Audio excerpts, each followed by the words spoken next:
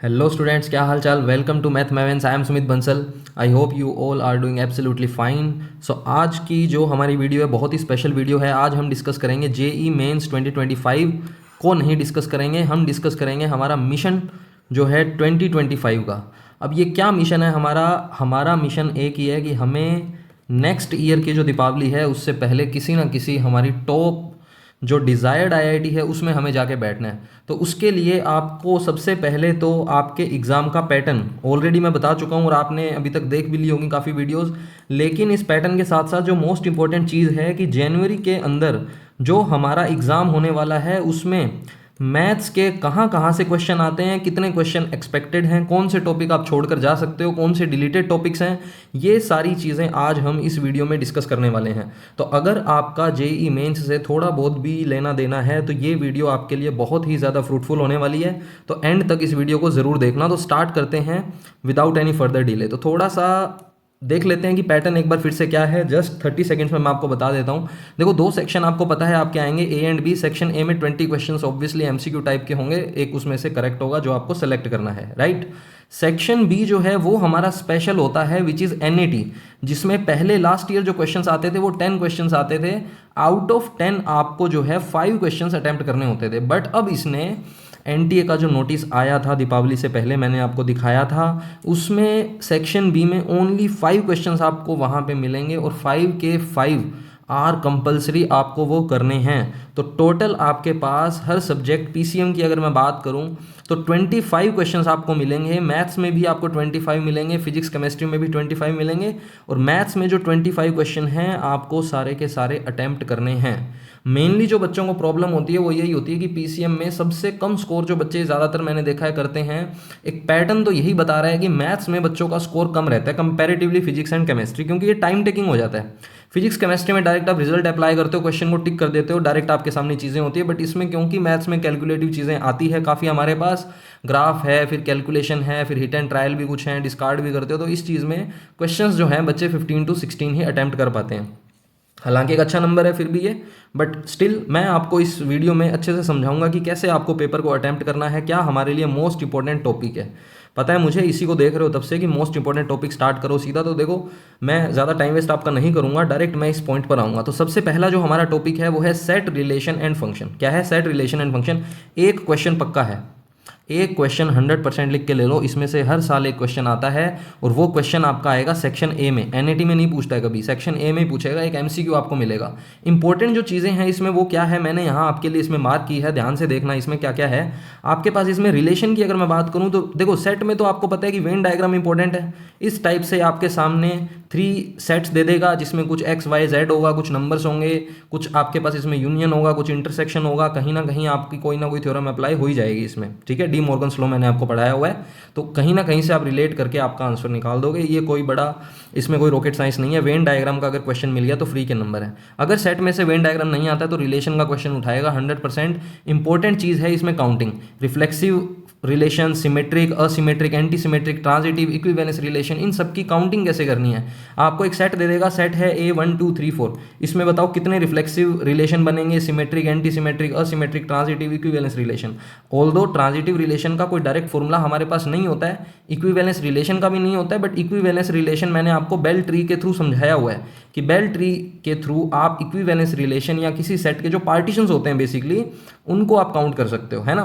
तो वो एक ही चीज़ हो जाती है। ट्रांजिटिव का कोई एज सच डायरेक्ट फॉर्मूला नहीं है, बट बाकी ये जो रिलेशंस की काउंटिंग है ये आपके लिए मोस्ट इंपॉर्टेंट हो जाती है। और जो बेसिक चीज़ें हैं उन पे मैं नहीं जाऊँगा, आई होप कि वो सब आपने प्री रिक्वेस्टिक है वो आपने पढ़ा ही हुआ होगा।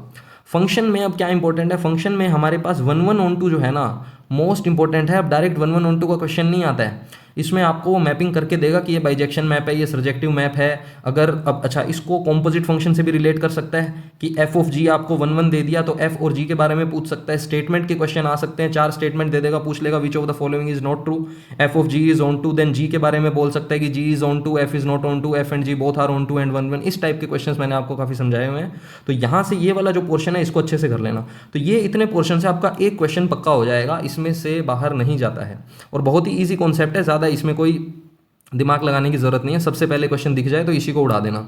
उसके बाद जो हमारा टॉपिक आता है वो आता है अगेन मोस्ट इंपॉर्टेंट टॉपिक है complex number and quadratic equation. Again free के नंबर हैं क्योंकि 11th क्लास के टॉपिक हैं ये दोनों ही, है ना। तो 1 मार्क्स का इसमें क्वेश्चन मिलेगा, एक क्वेश्चन फिक्स है कॉम्प्लेक्स का, एक क्वेश्चन फिक्स है क्वाड्रेटिक का। क्वाड्रेटिक इक्वेशन का सिंपल सा कॉन्सेप्ट है, हर साल इसी पे क्वेश्चन आता है कि relation between roots and coefficient. बोल देगा कि अल्फा बीटा जो है वो किसी एक गिवन इक्वेशन के रूट्स हैं, तो आपको कुछ ना कुछ ऐसे रिलेट करवा देगा कि 1/2 alpha plus beta 1/2 beta minus alpha type के जो रूट्स हैं वो किस इक्वेशन के होंगे, वो इक्वेशन बता दो। तो इस तरीके से रिलेशनशिप वाले जो क्वेश्चन हैं वो आपसे इसमें पूछ लेता है क्वाड्रेटिक इक्वेशन में। कॉम्प्लेक्स नंबर बहुत इंपॉर्टेंट है। जो देखो मैथ्स में दिक्कत पता है क्या है, मैथ्स में जो एनसीईआरटी करके जाता है ना, नॉर्मल फिजिक्स केमिस्ट्री में तो एनसीईआरटी से काफ़ी हेल्प मिलती है, मैथ्स में जो एनसीईआरटी है ना उससे मेंस में कोई हेल्प नहीं मिलती है। बिल्कुल ही फंडामेंटल जो चीज़ें हैं ना, बेसिक्स, बस वो ही आपके क्लियर होंगे। इससे ज़्यादा मेंस के अंदर मुझे नहीं लगता कि 2 या 3 से ज़्यादा क्वेश्चन आप हिला पाओगे अगर सिर्फ एनसीईआरटी पढ़ के जा रहे हो, क्योंकि काफ़ी चीज़ें एक्स्ट्रा आपको पढ़नी पड़ेंगी। बिल्कुल ही छोटी सी एनसीईआरटी कर दी, कुछ बचा ही नहीं है, 2 महीने का खेल नहीं है एनसीईआरटी में, ठीक है। तो कहने का मतलब ये है कि अब कॉम्प्लेक्स नंबर से कैसा क्वेश्चन आएगा फिर, तो कॉम्प्लेक्स में जो पोलर फॉर्म है वो मोस्ट इंपॉर्टेंट है, ध्यान रख लेना। कार्टेशियन फॉर्म इतनी इंपॉर्टेंट नहीं है जितनी पोलर फॉर्म इंपॉर्टेंट है। e⁻ आइटा थीटा में कन्वर्ट करो क्वेश्चन को, r को मल्टीप्लाई कर दो, वो हमारे पास उसका मैग्नीट्यूड आ जाएगा, या आप ये बोल सकते हो कि जो वेक्टर हम बनाएंगे उसको हम वहाँ से रिलेट कर सकते हैं। या फिर जो सबसे फेवरेट टॉपिक है आईआईटी का, मेंस का जब आपका एग्जाम आएगा, सबसे फेवरेट टॉपिक कॉम्प्लेक्स नंबर में उनका होता है nth रूट ऑफ यूनिटी। कहीं ना कहीं ओमेगा स्क्वायर घुसा देंगे, कुछ उसकी पावर बना देंगे, nth रूट ऑफ यूनिटी को अच्छे से कवर करके जाना। और इन दोनों के अंदर ही यूज़ हम किसका करते हैं, डी मोइवर थ्योरम का करते हैं, ये मैं आपको बता चुका हूँ। तो इस तीनों चीज़ों को अच्छे से कर लेना, 2 क्वेश्चन यहाँ से आपके फिक्स हो जाएंगे। सेक्शन ए की मैं बात कर रहा हूँ, इसमें भी सेक्शन ए से ही क्वेश्चन आता है। अब नेक्स्ट जो हमारा टॉपिक है वो है क्लास 12th का topic which is matrices and determinants. इसमें भी एक क्वेश्चन फिक्स है, चाहे तो मैट्रिक्स से पूछ ले चाहे डिटर्मिनेंट से पूछ ले। और नॉर्मली ये देखा गया है कि जो डिटर्मिनेंट से क्वेश्चन आता है ना, 99% चांस होते हैं कि वो एनईटी में आपसे पूछेगा, यानी जो सेक्शन बी है न्यूमेरिकल आंसर टाइप वाला जो पोर्शन है ना, कि आपके पास कुछ आंसर आएगा तो वो न्यूमेरिकल वैल्यू आपको बतानी होती है। तो मैट्रिक्स एंड डिटर्मिनेंट में से कैसे क्वेश्चन बनते हैं, रैंक आपको निकालनी आनी चाहिए, रैंक से क्वेश्चन आ सकता है। नील पोटेंट मैट्रिक्स क्या होता है, इनवोल्यूटरी क्या होता है, यूनिटरी मैट्रिक्स क्या होता है, आइडम पोटेंट क्या होता है, ऑर्थोगोनल मैट्रिक्स क्या होते हैं, ये सारी चीज़ें आपको पता होनी चाहिए। इन सब के जो स्टैंडर्ड रिजल्ट्स हैं, है ना, जितने भी इनके स्टैंडर्ड रिजल्ट हैं वो आपके टिप्स पे होने चाहिए। तो यहाँ से आपका एक क्वेश्चन जो है वो बन जाएगा। और एनईटी में अगर क्वेश्चन आता है तो वो आपको रिलेट करेगा एडजॉइंट एंड डिटर्मिनेंट से। जैसे कि कोई एक मैट्रिक्स है, उसका आपको डिटर्मिनेंट बता दिया कि 4 है, फिर इसका पूछ लेगा कि एडजॉइंट ऑफ ए, फिर इसमें एडजॉइंट ऑफ ए, फिर प्लस करके ए ट्रांसपोज, फिर इसमें मैक्सिमम मिनिमम आपसे पूछ सकता है। तो इस टाइप से क्वेश्चन यहाँ से फ्रेम होता है, राइट। इसके बाद जो एक और हमारे पास पोर्शन आता है वो है लीनियर इक्वेशन इन 3 वेरिएबल। तो लीनियर इक्वेशन इन 3 वेरिएबल का जो सॉल्यूशन हमसे पूछता है उसमें आपको 3 इक्वेशंस दे देगा। ऑब्वियस सी बात है, कोई एक वेरिएबल मिसिंग होगा, या तो आपको बता देगा कि इसके यूनिक सॉल्यूशन है, या आपसे पूछ लेगा कि यूनिक सॉल्यूशन किस वैल्यूज के लिए नहीं है, के इज नॉट इक्वल्स टू 0 1। तो ये सारी चीज़ें आपको मैंने रैंक से भी समझाया हुआ है, क्रैमर्स रूल भी है हमारे पास, 3-4 मेथड्स मैंने आपको समझाए हुए हैं। इन्वर्स निकाल के भी हम कर सकते हैं, या सबसे ईजी इसमें क्या रहता है, सबसे ईजी इसमें जो मैं ट्रिक यूज़ करता हूँ, जो बच्चों को समझाता हूँ, वो है ऑग्यूमेंटेड मैट्रिक्स। अगर आप ऑग्यूमेंटेड मैट्रिक्स बना लेते हो तो ये जो सॉल्यूशन वाले क्वेश्चन है, के फाइंड करने वाले, वो बहुत ही ईजी हो जाते हैं, इसमें आपको कोई भी दिक्कत नहीं आती है, ठीक है। तो यहाँ तक हमारे 5 क्वेश्चंस हो गए। नेक्स्ट जो हमारा पोर्शन है वो है PNC permutation and combination, 11th class का टॉपिक है और बहुत ही इजी टॉपिक है, लेकिन बच्चों को पता नहीं क्यों ये हैवी टॉपिक लगता है। एनईटी क्वेश्चन फिक्स है, हर साल इसी में से बनता है ऑलमोस्ट। तो परम्यूटेशन एंड कॉम्बिनेशन का एक क्वेश्चन फिक्स है, वही आपको परम्यूटेशन कॉम्बिनेशन के बेसिक्स पता होने चाहिए, ज़्यादा इसमें कोई टफ क्वेश्चन बनता नहीं है। बाइनोमियल थ्योरम के अंदर जो फेवरेट टॉपिक है इनका वो है नंबर ऑफ रेशनल टर्म्स और स्टैंडर्ड कुछ रिजल्ट्स हैं जो आपको पता होने चाहिए, है ना। तो यहाँ से आपका एक क्वेश्चन फिक्स है, एक पीएनसी का और एक बाइनोमियल थ्योरम का।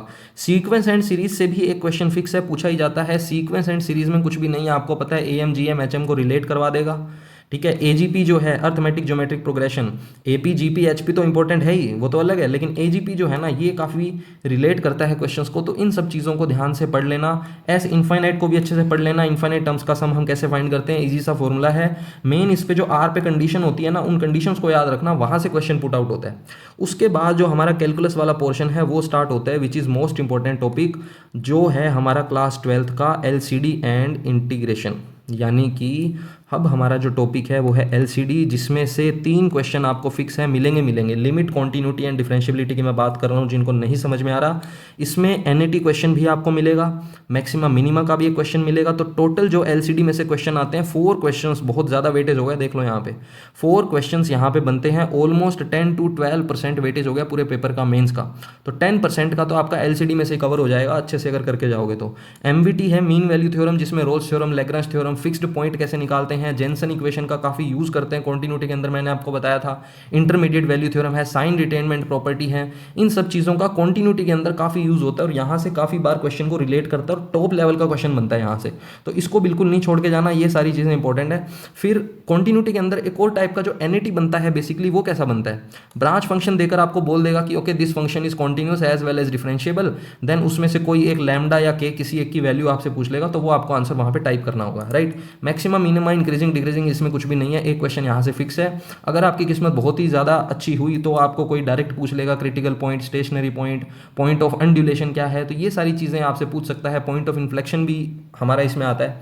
तो ये चारों जो पॉइंट्स हैं, रिपीट कर देता हूँ, critical points, stationary points, point of undulation और पॉइंट ऑफ इन्फ्लेक्शन, ये सारी चीज़ें आपके टिप्स पे होनी चाहिए जब हम मैक्सिमा मिनिमा पढ़ते हैं। Local maxima minima, absolute maxima minima, increasing decreasing, 1 1 on 2, इन सब के अंदर हमने इन चीज़ों को यूज़ किया है। कॉन्केविटी पे क्वेश्चन बन जाता है यहाँ से, कॉन्केव अपवर्ड्स, डाउनवर्ड्स, कॉन्वेक्स है, कॉन्केव है, कैसा हमारा ग्राफ है, तो इसको कंप्लीट कर लेना। यहाँ से एलसीडी में से टोटल 4 क्वेश्चंस, 3 एलसीडी के हो गए, 1 हो गया मैक्सिमा मिनिमा इंक्रीजिंग डिक्रीजिंग का। नेक्स्ट हमारा जो कैलकुलस का पोर्शन आता है वो हमारा पोर्शन है इंटीग्रल कैलकुलस। अब इंटीग्रल कैलकुलस अगेन, क्योंकि कैलकुलस का पोर्शन है, बहुत ही इंपॉर्टेंट है। इसमें से कैसा क्वेश्चन बनता है उसको देखना ज़रा। इसके अंदर जो हमारा मेन क्वेश्चन बनता है इंटीग्रल कैलकुलस में, वो आपके 3 क्वेश्चंस आते हैं। एलसीडी में से 4 क्वेश्चंस और अगेन इंटीग्रल कैलकुलस में से 3 क्वेश्चंस हो गए, यानी अप्रोक्स 10% जो है आपका वेटेज हो गया। इसका बहुत ज़्यादा वेटेज है कैलकुलस का, इसीलिए बोलता हूँ कैलकुलस का अकेले का कम से कम 28 से 30% वेटेज आता है मेंस के अंदर, ध्यान रखना। तो इंटीग्रल कैलकुलस में एनईटी का क्वेश्चन भी फिक्स है, आएगा ही आएगा। इंटीग्रल कैलकुलस में एक क्वेश्चन आपको मिलेगा डेफिनेट इंटीग्रल का, एक मिलेगा इनडेफिनेट का, एक मिलेगा एरिया अंडर द कर्व का। अब ये जो डेफिनेट इंटीग्रल है, इसमें उसका फेवरेट क्वेश्चन हमेशा रहता है या तो greatest integer function, step function, floor function, ceiling function, ये सारी चीज़ें आपको मैंने बताई हुई है। फ्रैक्शनल पार्ट ऑफ एक्स जो है ये काफ़ी हॉट क्वेश्चन रहता है कि इस टाइप से आपको कोई भी एक फ्रैक्शनल पार्ट फंक्शन दे दिया, यहाँ 0 to 1000 आपकी इसने लिमिट बता दी, lower limit upper limit dx upon में, फिर कुछ इंटीग्रेशन लगा के, ग्रेटेस्ट इंटीजर फंक्शन लगा के, तो इस टाइप के क्वेश्चंस की जो इंटीजर में वैल्यू आएगी वो आपसे पूछेगा। तो एनईटी टाइप का बहुत ही ब्यूटीफुल क्वेश्चन यहाँ से ये बनता है। तो इस टाइप के क्वेश्चन में फ्री के नंबर होते हैं, जो प्रॉपर्टीज आपको बताई थी P1 से P10 तक, ये जो प्रॉपर्टीज हैं मोस्ट इंपॉर्टेंट है P1 से P10 तक, इन सारी प्रॉपर्टीज को अच्छे से रिकॉल करके जाना। डेफिनेट इंटीग्रल का जो एनईटी क्वेश्चन आएगा ये किसी भी हाल में आपका गलत नहीं होना चाहिए, फ्री के नंबर है। इनडेफिनेट में आपको कुछ ट्रिक्स मैंने बताई हुई है, आईलेट हम यूज़ करते हैं, एक आपको ट्रिक मैंने बताई थी बार्लू की कि बार्लू से हम सब्सटीट्यूशन कैसे चेक कर सकते हैं, आईलेट जो है वो तो सबको आता ही है खैर। तो ये सारी जो ट्रिक्स मैंने बताई हुई है इनको भी अच्छे से रिकॉल कर लेना। इनडेफिनेट इंटीग्रल का कोई भी क्वेश्चन आपसे ऐसा नहीं होगा कि जो बनेगा नहीं। एरिया अंडर द कर्व में जहाँ मेनली जो बच्चे मिस्टेक करते हैं वो कहाँ मिस्टेक करते हैं, ध्यान से देखना। एरिया अंडर द कर्व के अंदर जो लास्ट कुछ ईयर्स का पैटर्न है उसमें क्या देखने को मिल रहा है कि ग्राफ जो है ना, इसमें ज़्यादा दिक्कत आ रही है, क्योंकि स्टैंडर्ड इक्वेशंस के ग्राफ वो पूछ ही नहीं रहा है। आप जो इक्वेशंस पढ़ के जाते हो उनका सेंटर आप पढ़ के जाते हो 0,0 पर एग्जाम में जो पैराबोला, इलिप्स, हाइपरबोला जो ग्राफ आपसे बनवाया जा रहा है एरिया अंडर द कर्व के लिए, उस ग्राफ की वो शिफ्टिंग कर दे रहा है, उसका जो सेंटर है, वर्टेक्स है, उसको शिफ्ट कर दे रहा है। तो ये शिफ्टिंग अच्छे से पढ़ लेना। बुक आपको मैंने ऑलरेडी बताई हुई है, प्ले विद ग्राफ्स जो है आपकी एक बुक आती है, बहुत ही पतली सी, slim trim, fit and fine book है, छोटी सी, जिसको आप कंप्लीट कर सकते हो। तो वहाँ से ये ग्राफ, शिफ्टिंग और स्टैंडर्ड इक्वेशंस जो कोनिक की हैं वो आपकी क्लियर हो जाएगी। इक्वेशन बनता कैसे है, इसमें से भी एनईटी बनने के चांसेस रहते हैं काफ़ी बार। कैसा क्वेश्चन बनता है इसमें से एनईटी का कि आपको सारी चीज़ें बता के बोल देगा कि अब जो एरिया आएगा, रिक्वायर्ड एरिया, वो आएगा 1/2 L + m log E base हो गया आपका, यहाँ पे आ जाएगा x² + 1 plus sine inverse A/B। तो पूछ लेगा कि अब बताओ L + m + A + B की वैल्यू क्या होगी, तो आपको एनईटी में आंसर टाइप करना होगा। तो आप जो आंसर निकालोगे उसको इससे कंपेयर करके L, M, N, A, B, C, D सब की वैल्यूज़ निकाल के यहाँ प्लग इन कर दोगे, है ना। तो बहुत ही ईजी सी चीज़ें हैं, ज़्यादा इसमें कोई ऐसा रॉकेट साइंस नहीं है, ईजी एग्जाम आता है। मेन ये है कि आप टैकल कैसे करते हो। फिर हमारे पास जो नेक्स्ट पोर्शन आता है वो आता है डिफरेंशियल इक्वेशन का। डिफरेंशियल इक्वेशन में से इनिशियल वैल्यू प्रॉब्लम से एक क्वेश्चन फिक्स है, बनेगा ही बनेगा। इनिशियल वैल्यू प्रॉब्लम मींस कि आपको डिफरेंशियल इक्वेशन तो फाइंड आप कर लोगे, लेकिन उसमें कुछ कंस्टेंट्स आपको गिवन होंगे कि y 0 पे ऐसा है, y डैश 2 पे 3 दे रहा है ये वैल्यू, तो आपको एग्जैक्ट जो उसकी वैल्यू है, सारे जो आर्बिट्री कॉन्स्टेंट्स हैं उनको रिमूव करके आपको बतानी होगी कि ये हमारे पास इक्वेशंस बनती है। अब उस इक्वेशन का वो ग्राफ पूछ सकता है कि डिफरेंशियल इक्वेशन देके पूछ लेगा कि ये किसका ग्राफ बनाएगा, है ना, लोकस को रिलेट कर सकता है। आऊँगा अभी मैं लोकस पे भी। तो डिफरेंशियल इक्वेशन जो है उसमें से एक क्वेश्चन आईवीपी का फिक्स रहता है। कोऑर्डिनेट ज्योमेट्री अगेन बहुत ही शानदार टॉपिक है, काफ़ी क्वेश्चन इसमें से बनते हैं। अप्रोक्स 4 to 5 क्वेश्चंस देखने को इससे मिलते हैं हर साल एग्जाम में। सबसे पहले हमारे पास जो लाइन्स एंड लोकस, जिसमें ऑर्थो सेंटर, सेंट्रोइड इन सेंटर, सर्कम सेंटर, कहीं भी वो उस वर्ड का यूज़ कर लेता है, तो इन सबको कैसे फाइंड करते हैं ट्राइंगल में, सर्कल से कैसे रिलेट करते हैं, ये सारी चीज़ें आपको अच्छे से पता होनी चाहिए। उसके बाद लाइंस आपको पता ही है, परपेंडिकुलर लाइंस है, पैरेलल लाइंस है, यहाँ से भी काफ़ी क्वेश्चन रिलेट होता है। मेन जो है, सबसे मेन वो है लोकस, क्योंकि लोकस देखते ही बच्चे क्वेश्चन में घबरा जाते हैं। कुछ भी नहीं है, आपको सिर्फ उस इक्वेशन से पाथ बताना है कि जो हमारे पास इक्वेशन आ रही है वो किस कर्व के पाथ को रिप्रेजेंट कर रहा है, उसी को लोकस बोलते हैं। कोई इसमें रॉकेट साइंस नहीं है। तो लाइंस, लोकस, इसमें से एक क्वेश्चन फिक्स रहता है आपका। फिर ये जो सबसे इंपॉर्टेंट 3 क्वेश्चन है वो आते हैं कॉनिक में से। कोऑर्डिनेट ज्योमेट्री में जो कॉनिक सेक्शन आता है हमारा, इसमें से parabola, ellipse, hyperbola, circle, 3 question fix हैं हर साल। चाहे तो इनमें से एक एक पूछ ले, चाहे हाइपरबोला, सर्कल में से एक पूछ ले, इन 4 टॉपिक में से 3 क्वेश्चन सिंगल टॉपिक का पक्का है, आएगा ही आएगा। और एनईटी क्वेश्चन बनता है एक, ध्यान रखना। इन सब में से 2 क्वेश्चन तो आपको मिलेंगे सेक्शन ए में, एक क्वेश्चन आपको मिलेगा सेक्शन बी में। तो ये सारे जो टॉपिक्स हैं अच्छे से पढ़ के जाना। इन सब के अंदर काफ़ी स्टैंडर्ड रिजल्ट हमारे होते हैं। कॉन्जुगेट डायमीटर भी आपको मैंने बताए थे, इलिप्स में काफ़ी उनका फेवरेट टॉपिक रहता है ये। यहाँ पे मैं लिख देता हूँ जिनको नहीं पता, कॉन्जुगेट डायमीटर अच्छे से पढ़ के जाना, काफ़ी चांस है इसमें से क्वेश्चन आने का। इलिप्स की मैं बात कर रहा हूँ यहाँ पे, ठीक है ना। तो इलिप्स, हाइपरबोला, पैराबोला, सर्कल, इन सब के जो स्टैंडर्ड इक्वेशंस है वो याद रखना। सेंटर को ओरिजिन पे रख के मत याद करना कोई भी स्टैंडर्ड रिजल्ट, इतना स्ट्रेट फॉरवर्ड पूछने के चांसेस नहीं है, ध्यान रखना, ठीक है। तो बहुत ही फेवरेट टॉपिक है ये कॉनिक, मेरा भी। तो आई होप इसमें से आप कोई भी क्वेश्चन नहीं छोड़ के जाओगे एग्जाम में। 3 क्वेश्चंस आपके आते हैं, जिसमें से एक क्वेश्चन एनईटी में पक्का आता है। उसके बाद हमारे पास आता है वेक्टर एंड 3D।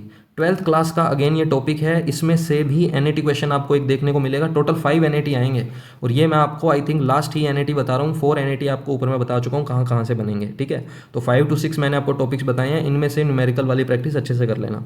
वेक्टर और 3D के अंदर कैसे क्वेश्चन आते हैं, देखो वेक्टर में तो आपका जो बनता है स्ट्रेट फॉरवर्ड DRDC, ये बेसिक आपको इन्फॉर्मेशन होनी चाहिए। प्लेन जो है इसमें से चांसेस देखो कम है आने के, क्योंकि ये कट हो चुका है टॉपिक वैसे तो एनसीईआरटी में से, बट कोई भरोसा नहीं है। थोड़ा सा अच्छे से इसको फिर भी पढ़ के जाना, ज़्यादा इसमें डिटेल में जाने की जरूरत नहीं है। मेन जो इसमें प्लेन में क्वेश्चन पूछता है वो आपसे बोलेगा क्या, प्लेन की इक्वेशन आपको दे देगा, एक पॉइंट दे देगा आपको, इस पॉइंट का डिस्टेंस पूछेगा इस प्लेन से।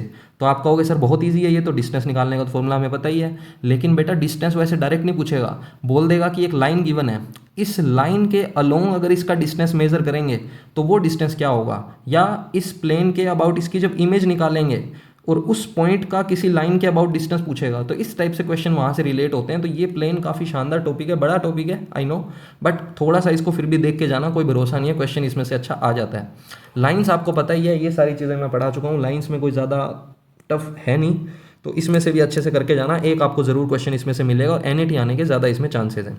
फिर हमारे पास जो वेक्टर में से क्वेश्चन बनता है वो कैसा क्वेश्चन बनता है, ध्यान देना। वेक्टर में क्वेश्चन बनता है हमारा पैरेललोग्राम, प्रोडक्ट उनका, क्रॉस प्रोडक्ट, डॉट प्रोडक्ट, कितना किस में क्या एंगल होता है, A+B+C अगर 0 है तो एंगल्स पूछ लेगा, कोई एक एंगल गिवन होगा, बाकी 2 पूछ लेगा। ट्राइंगल पैरेललोग्राम, यहाँ से आपको एडजेसेंट साइड्स की इक्वेशन देके उनका एरिया से रिलेटेड क्वेश्चन पूछ सकता है। तो ये सारी चीज़ें आपको पता होनी चाहिए कि वेक्टर 3D में से एक क्वेश्चन आपका फिक्स है कि आएगा ही आएगा, है ना। तो मेन जो वेटेज है वो यहाँ पे कोऑर्डिनेट ज्योमेट्री का बन जाता है, क्योंकि इसमें से 4 से 5 क्वेश्चन आपके बनते हैं, वेक्टर 3D में से एक क्वेश्चन आएगा। उसके बाद जो हमारा 11th एंड 12th का टॉपिक है, स्टैट्स में से बेसिकली जो क्वेश्चन आता है वो आता है 11th क्लास से, और प्रोबेबिलिटी का क्वेश्चन बनता है 12th क्लास से। तो एक एक क्वेश्चन फिक्स है, इसमें से भी आएगा ही। प्रोबेबिलिटी में देखो बेस थ्योरम, बर्नौली ट्रायल्स, आपके बाइनोमियल थ्योरम, ये सारी चीज़ें इंपॉर्टेंट है। इनके अंदर हम यूज़ करते हैं वही NCR NPR, काफ़ी इसका यूज़ आता है, तो इसको भी अच्छे से रिकॉल कर ही लोगे आप, क्योंकि इसमें से भी PNC में से भी क्वेश्चन आता है, मैंने आपको बताया था, है ना। तो प्रोबेबिलिटी यहाँ पे काफ़ी इंपॉर्टेंट रोल प्ले करती है इसमें। फिर हमारे पास जो स्टैट्स है, स्टैट्स में 11th क्लास में आपको मैंने variance, standard deviation, mean deviation, इन सब के क्वेश्चन करवाए थे। काफ़ी अच्छा क्वेश्चन बनता है और इजी क्वेश्चन बनता है स्टैट्स का। स्टैट्स का जो क्वेश्चन मेंस में देखने को मिलता है ज़्यादा टफ बनता नहीं है, इजी क्वेश्चन है, तो ये भी फ्री के मार्क्स हैं जो 1 मार्क्स आपको यहाँ मिलेगा। ठीक है, तो आई थिंक यहाँ तक आपको सारी चीज़ें समझ में आ गई होगी, इसमें कोई डाउट होगा नहीं। कुछ इनके स्टैंडर्ड रिजल्ट हैं, जैसे मैंने आपको बताया था n² जो है हमारा डायरेक्ट कुछ n नेचुरल नंबर्स का वेरिएंस निकालने का फॉर्मूला होता है। फिर इसमें क्वेश्चन कैसे कई बार रिलेट कर देता है, लैंग्वेज के क्वेश्चन आ जाते हैं, ध्यान रखना। बोल देगा कि कुछ ऑब्जर्वेशंस हैं, उनका वेरिएंस गिवन है। क्या गिवन है उनका? वेरिएंस अगर हमें गिवन है कुछ ऑब्जर्वेशंस का, फिर बोल देगा हर ऑब्जर्वेशन में 2 ऐड कर रहे हैं तो नया वेरिएंस क्या होगा, क्या वेरिएंस में कोई चेंज होगा, तो किस में चेंज होता है, क्या मीन में चेंज होता है, क्या मोड में चेंज होता है, ये मीडियन हो गया, क्या मोड में चेंज होगा, क्या आपका इसमें स्टैंडर्ड डेविएशन में चेंज होगा, क्या वेरिएंस में चेंज होगा, किस में चेंज होगा, किस में नहीं होगा। ये सारी चीज़ें आपको अच्छे से करके जाननी है, क्योंकि यहीं से क्वेश्चन बनता है स्टैट्स का और फ्री के नंबर है। लास्ट जो हमारा टॉपिक बचता है 12th नंबर पे मैंने इसको रखा है, विच इज़ ट्रिग्नो के 2 क्वेश्चन देखो फिक्स हैं। एक आता है 12th क्लास का जो टॉपिक है इन्वर्स ट्रिग्नोमेट्री फंक्शन ITF, उसमें से एक क्वेश्चन फिक्स है जहां ज़्यादातर क्वेश्चन आपका रेंज डोमेन से ही रिलेट करता है। बड़ा सा फंक्शन बना देगा, 2-4 फंक्शन उसमें और डाल देगा और फिर उसमें लॉग वॉग सेट करके उसका रेंज डोमेन आपसे निकालने को बोल देता है। तो ज़्यादा इसमें कोई टफ नहीं है, बेसिक्स हैं, वही जनरल डेफिनेशन से आप जाओगे, ये क्वेश्चन भी आप बना दोगे आराम से, कोई इसमें टाइम टेकिंग भी नहीं है। फिर जो हमारा 11th का टॉपिक आता है हाइट एंड डिस्टेंस को रिलेट कर देता है ट्रिग्नो से। ये 10th का हाइट एंड डिस्टेंस नहीं है, ध्यान रखना। इसके अंदर बहुत ही अच्छा क्वेश्चन फ्रेम होता है, लास्ट ईयर के कुछ आपने क्वेश्चंस देखे होंगे तो आपको आइडिया होगा कि कैसे रिलेट करता है। और 11th क्लास में जो ट्रिग्नो है इसका हम इसमें यूज़ करते हैं, जो भी फाइंड करना होता है हमें रिक्वायर्ड जो भी न्यूमेरिकल वैल्यू हमसे पूछेगा।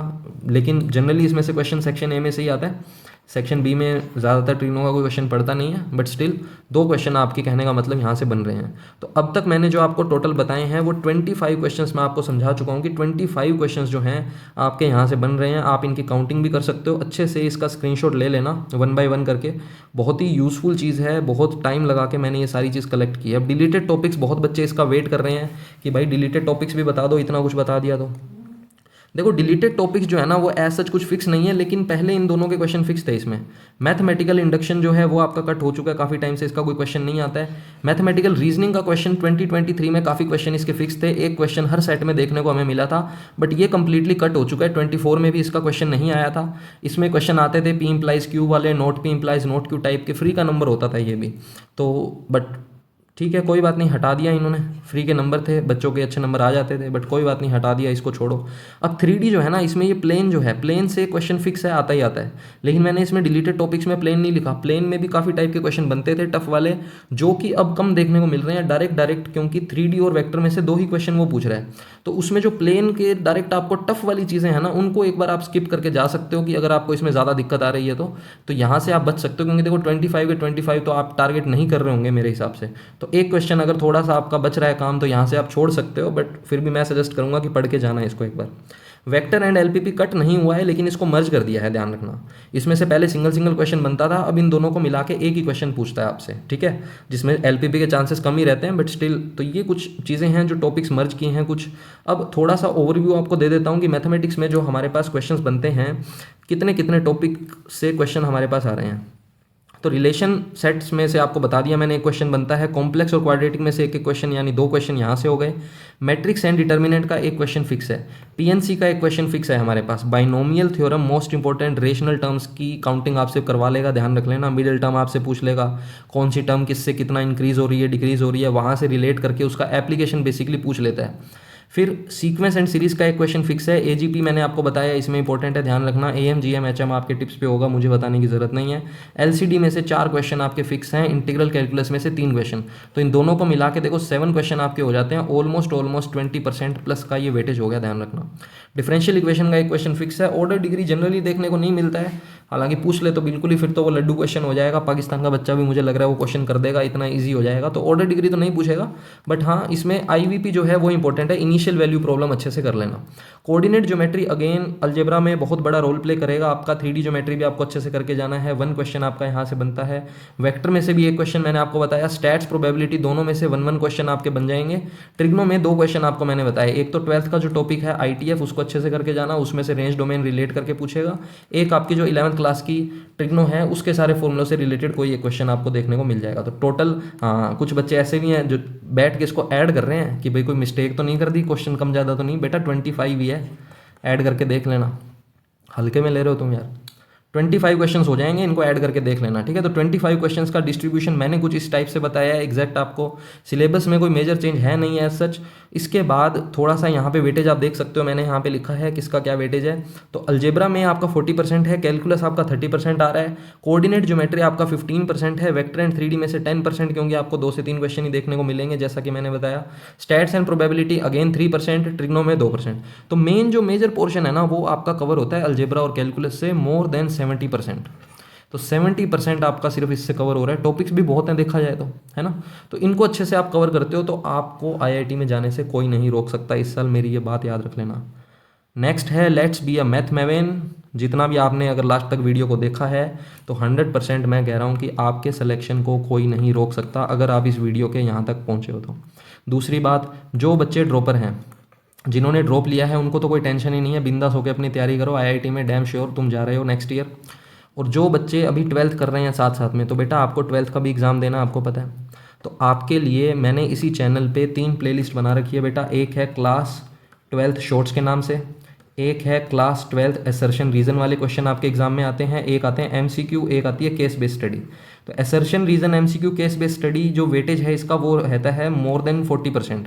तो 40% आपका यहाँ से कवर होता है 32 मार्क्स का। सारे क्वेश्चंस मैंने डिटेल में समझा रखे हैं, इसको जाके आप बिल्कुल चेकआउट करना। क्लास 12th की शॉर्ट्स वाली जो मेरी प्लेलिस्ट है उसमें एमसीक्यू क्वेश्चन मैं अच्छे अच्छे डालता रहता हूँ, तो जो बच्चे ड्रॉपर हैं वो भी देख सकते हैं, कोई इसमें आपका नुकसान नहीं होगा। बट 12th वालों के लिए ये मस्ट है, उनको ज़रूर चेकआउट करना है ये। So wish you all the luck, make your self proud, the world is waiting for you. I hope you all make it in 2025। अपने अपने ड्रीम आईआईटी में आप पहुँच चुके होंगे। अगर आपको ये वीडियो पसंद आया तो प्लीज़ इसको लाइक करना, शेयर करना अपने फ्रेंड्स के साथ, और इस पर कमेंट ज़रूर करना, ठीक है। Thank you very much, see you in IIT.